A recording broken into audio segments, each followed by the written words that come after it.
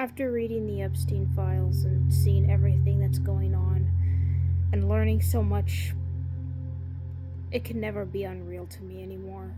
I knew children disappeared, I knew children were kidnapped, but I always think in the back of my mind that I suspected that things like this went on. But now it's real.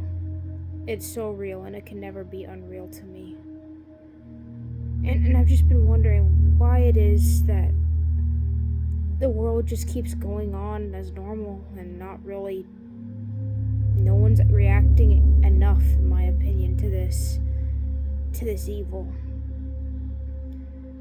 But my pastor reminded me that we do not wrestle against flesh and blood, but against principalities, against powers, against the rulers of the darkness of this world, against spiritual wickedness in high places.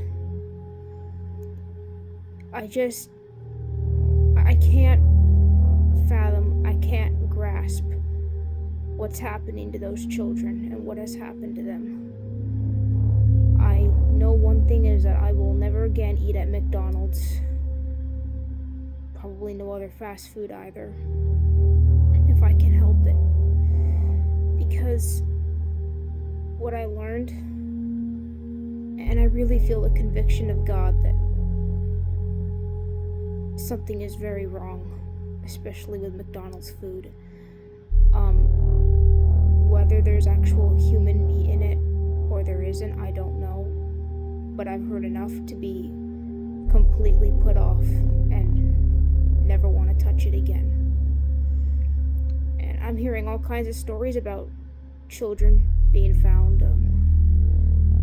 Like these workers went on strike recently because they heard a bunch of kids screaming in a metal box, and they called the police, but nothing was done about it. Dear God, even the police are behind this. The only hope those little kids have is Jesus. Those of us who have morals and are Christians and are conservative and who care about children, we're the only real protectors they might have in this world, besides the Lord. I work at an airport. I see lots of children running around all the time. Sometimes their parents let them go out of sight or go into other rooms. And I want to just stop and warn them. I want to say, do not let your kids go out of your sight. Keep them close to you at all times. This is not a time in this world for you to be allowing your kids to free range like that. There are so many sick people in this world. You never know who's going to get grabbed next. You think it's never going to happen to you until it does happen. I grew up homeschooled. I was never on Life Touch.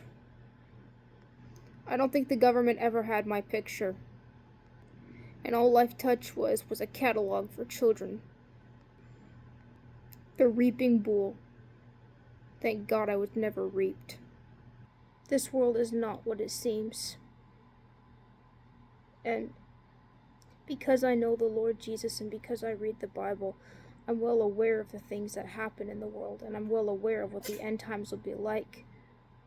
But this hidden evil that has been in this world for God knows how long, thousands of children disappearing, never to be seen again, suffering unimaginable things, is an understatement to say that we serve a very merciful God. Because the fact that he hasn't already poured out his wrath for all the evil that people do is just proof of that. We may be the only defense those kids have. So stand up. Stand up for what's right. Defend them. Defend them if you can. Keep your eyes open for traffickers all around you. Those who are already dead, we can't save them.